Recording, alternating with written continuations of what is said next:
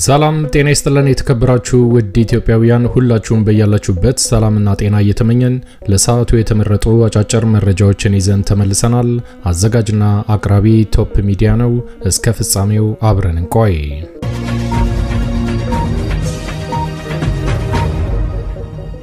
ክብራን አድማጮች እንደተለመደው ይሄ መረጃ ለፍትህ ለዲሞክራሲ ለእኩልነት ለሚታገሉ ንጹሃን ወገኖቻችን በአጠቃላይ ድምጽ ለመሆን ስለሚረዳ ወዳጆቼ ላይክ በማድረግ እንድትጀምሩ ስል በትህትና ለማስታወስ እወዳለሁ።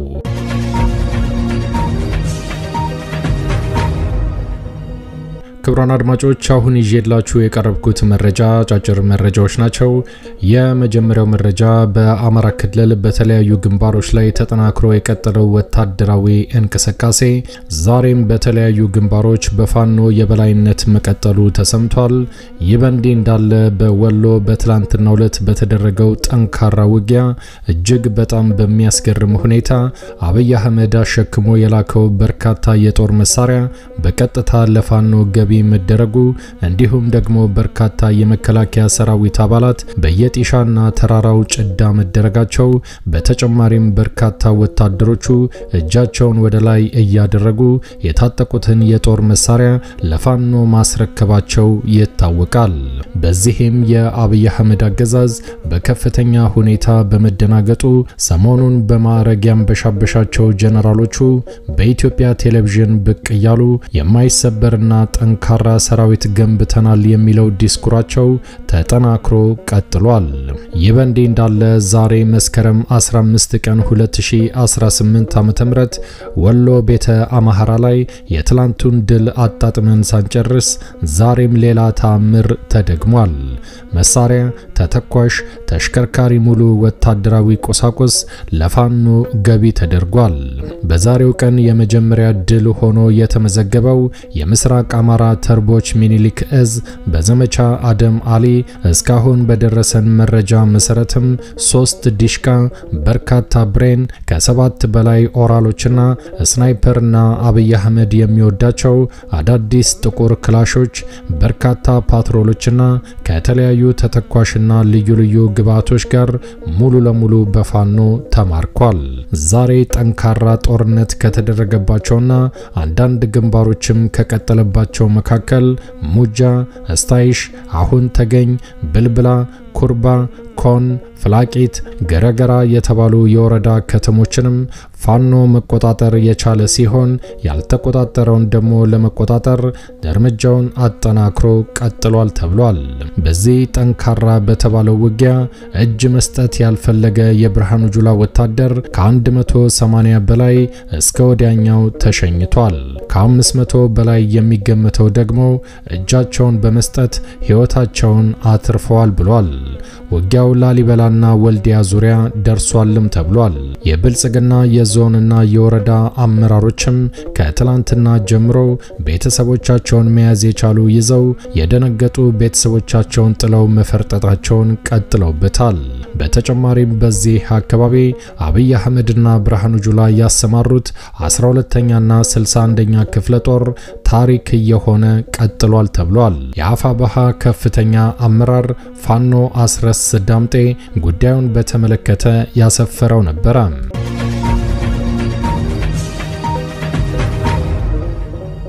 ክብራን አድማጮች ወደሚቀጥለው መረጃ ሳልፍ ደግሞ አፋባሃ ምዕራብ አማራ ቀጠና ሚኒሊክ እዝ ከአምስቱም ኮሮችና የእዙ ልዩ ዘመቻ በዘመቻ አርበኛ አደም አሊ አባናደው እያደረጉት ባለው አውደ ውጊያ በርካታ ድሎችን እያስገኘ ሲሆን ምሽቱንም የአማራ ፋኖ በወሎ አካባቢ ስትራቴጂክ የሆኑ ከተሞችን በመቆጣጠር ላይ ይገኛል ተብሏል።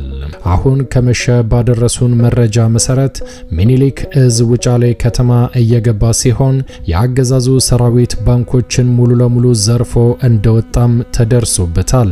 በተያያዘ ዜና ዳውንት ላይ ድባቅ የተመታው የጠላት ኃይል ወደ ወገል ጤና እየፈረጠጠ ሲሆን የሚኒሊክ እዝ ሰራዊትም እየተከተሉ ድባቅ እየመቱት ይገኛሉ ብሏል። በተመሳሳይ በሌላ ግንባር ግሸራቤል ሸበቶ የተባለ ቦታ የልጅ ኢያሱ ኮር የጎፋ ክፍለ ጦር 105ኛ ኮማንዶን በከፍተኛ ሁኔታ በትነውታል ተብሏል። በዚህ ጠንካራ በተባለው ውጊያ ቁጥራዊ መረጃ እየተጠናከረ ይገኛልን ብለዋል። መረጃው እንደደረሰን ሙሉን ይዘን የምንቀርብ ይሆናል። መዳረሻው ድልና ነጻነት የሆነው የአማራ ሕዝብ የህልውና ተጋድሎ ተጠናክሮ ይቀጥላል። ዘመቻ አርበኛ አደም አሊ አባናደው ህልውናችን በተባበረ ክንዳችን አፋባሃ ምስራቅ አማራ ቀጠና ሚኒሊክ እዝ መስከረም 15 ቀን 2018 ዓ.ም ትንቅንቁ ቀጥሏል።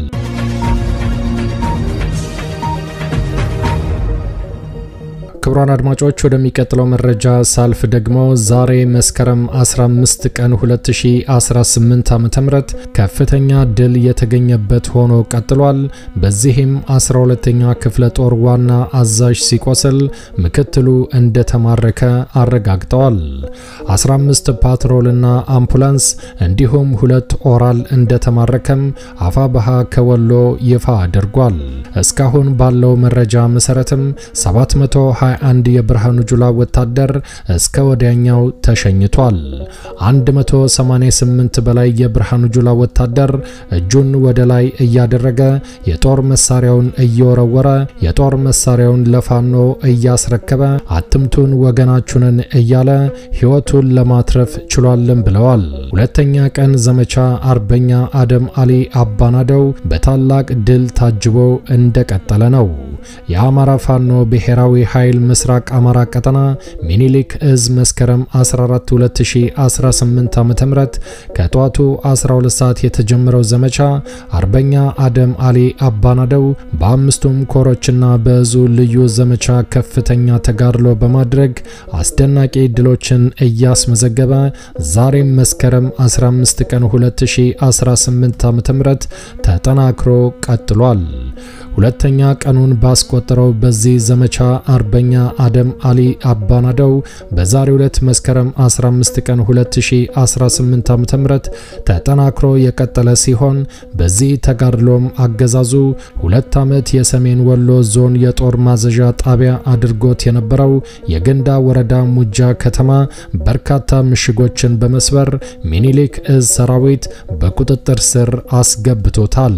በዚህ ግንባር የተገኙ ድሎችን በተመለከተ የአማራ ፋኖ ብሔራዊ ኃይል ምስራቅ አማራ ቀጠና ሚኒሊክ እዝ በላስታ ጀነራል አሳምነው ጽጌ ኮር የተደረገው የአውደ ውጊያ በወንዳች ሙጃ ኩልመስክ ግንባር አንደኛ ላስታ ጀነራል አሳምነው ጽጌ ኮር የተገኙ ድሎችን ጠራሪ ክፍለ ጦር በዚህ መልኩ አስመዝግቧል። 21 ጥቁር ክላሽ ተማርኳል። 4 ብሬን፣ 1 ዲሽቃ፣ 2600 የክላሽ ተተኳሽ፣ 3480 የብሬን ተተኳሽ፣ 1250 የዲሽቃ ተተኳሽ፣ 18 ምርኮኛ፣ 147 የብርሃኑ ጁላ ወታደር እስከ ወዲያኛው ተሸኝቷል።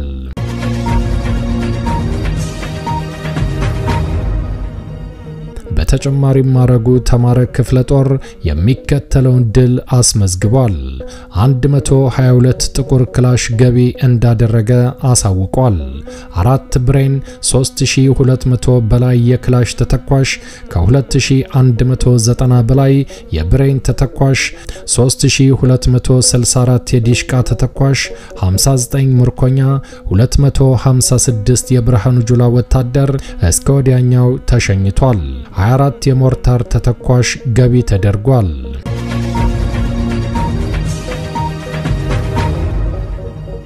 በተጨማሪም ተከዜ ክፍለ ጦር በርካታ ተጋድሎ በማድረግ ከፍተኛ ቁጥር ያለው የጦር መሳሪያ ገቢ እንዳደረገ እስካሁን የተቆጠረውን በተመለከተ በዚህ መልኩ አጋርቶናል።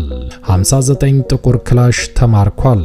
3 ብሬን፣ 1850 የክላሽ ተተኳሽ፣ 2940 የብሬን ተተኳሽ፣ 44 ምርኮኛ፣ 146 የብርሃኑ ጁላ ወታደር እስከ ወዲያኛው ተሸኝቷል። 24 የሞርታር ተተኳሽ ለፋኖ ገቢ ተደርጓል። በተጨማሪም ተከዜ ክፍለ ጦር 5ኛ ሻለቃ በራስ አንጎት ወረዳ አካባቢ የምትንቀሳቀሰው ክፍለ ጦር ከፍተኛ ተጋድሎ አድርጋለችም ተብሏል። በዚህ መሰረትም 10 ጥቁር ክላሽ ገቢ ተደርጓል።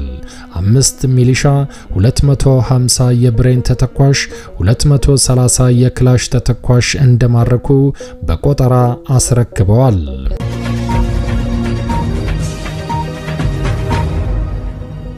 በተመሳሳይ ተፈራ ማሞ ክፍለ ጦር ከፍተኛ የጦር መሳሪያ ተተኳሽና ምርኮኛ ገቢ አድርጓል። 131 ጥቁር ክላሽ ማርከዋል።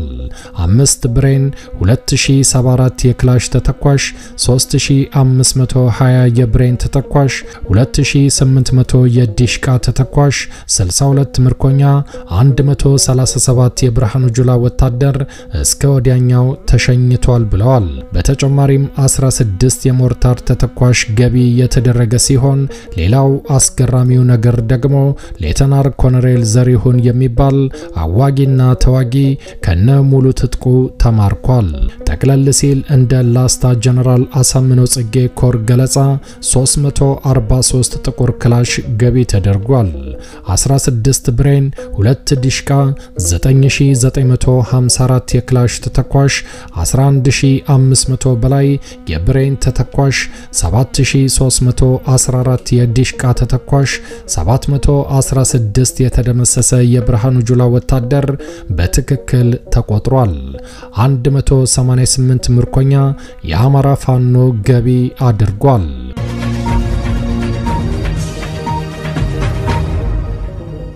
በአፋብኃ ምስራቅ አማራ ቀጠና ሚኒሊክ እዝ በዛሬው ዕለት የተማረከ ንብረትን በተመለከተም 15 ፓትሮልና አምቡላንስ 2 ኦራል ገቢ መደረጋቸውን አሳይተዋል። በዘመቻ አርበኛ አደም አሊ አባናደው በአምስቱ ኮሮችና በእዙ ልዩ ዘመቻ ነፃ የወጡ ቦታዎችን በተመለከተም እንደሚከተለው ዘርዝረዋል። ሰሜን ወሎ ዞን ግንዳ ወረዳ ዋና መቀመጫ የሆነችው ሙጃ ከተማን ጨምሮ ሙሉ በሙሉ ወረዳው በፋኖ በቁጥጥር ስር ገብቷልም ብለዋል።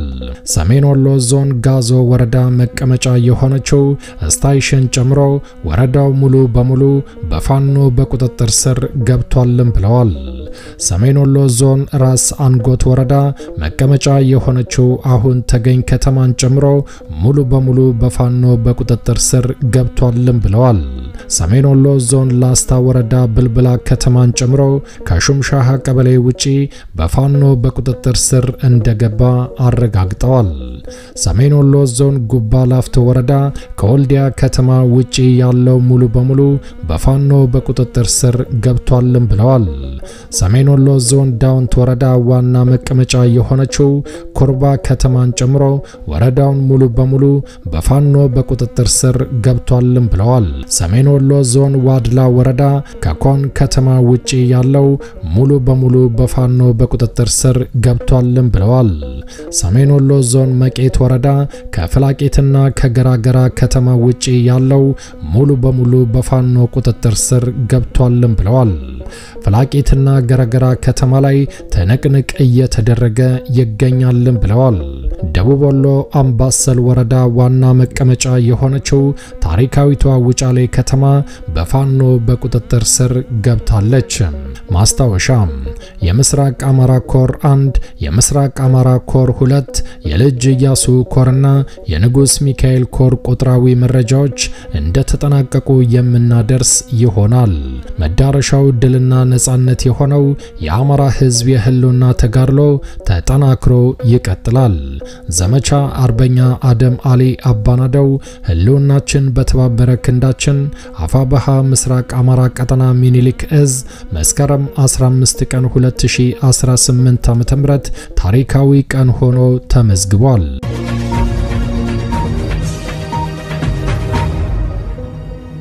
የተከበራችሁ ክቡራን አድማጮች ለሰዓቱ ያዘጋጀነው አጫጭር መረጃ ይሄን ይመስል ነበር። እንደወትሮ ለማስታወስ እንወዳለን ለቻናሉ አዲስ ከሆናችሁ ሰብስክራይብ በማድረግ የደወል ምልክቷን በመጫን ፈጣንና ታማኝ መረጃዎችን መከታተል ይችላሉ። አዘጋጅና አቅራቢ ቶፕ ሚዲያ ነበር። በሌሎች አጫጭር መረጃዎች እስከምንገናኝ ቸር ያሰማን። ኢትዮጵያ ለዘላለም ትኑር። ዘረኝነት ይውደም።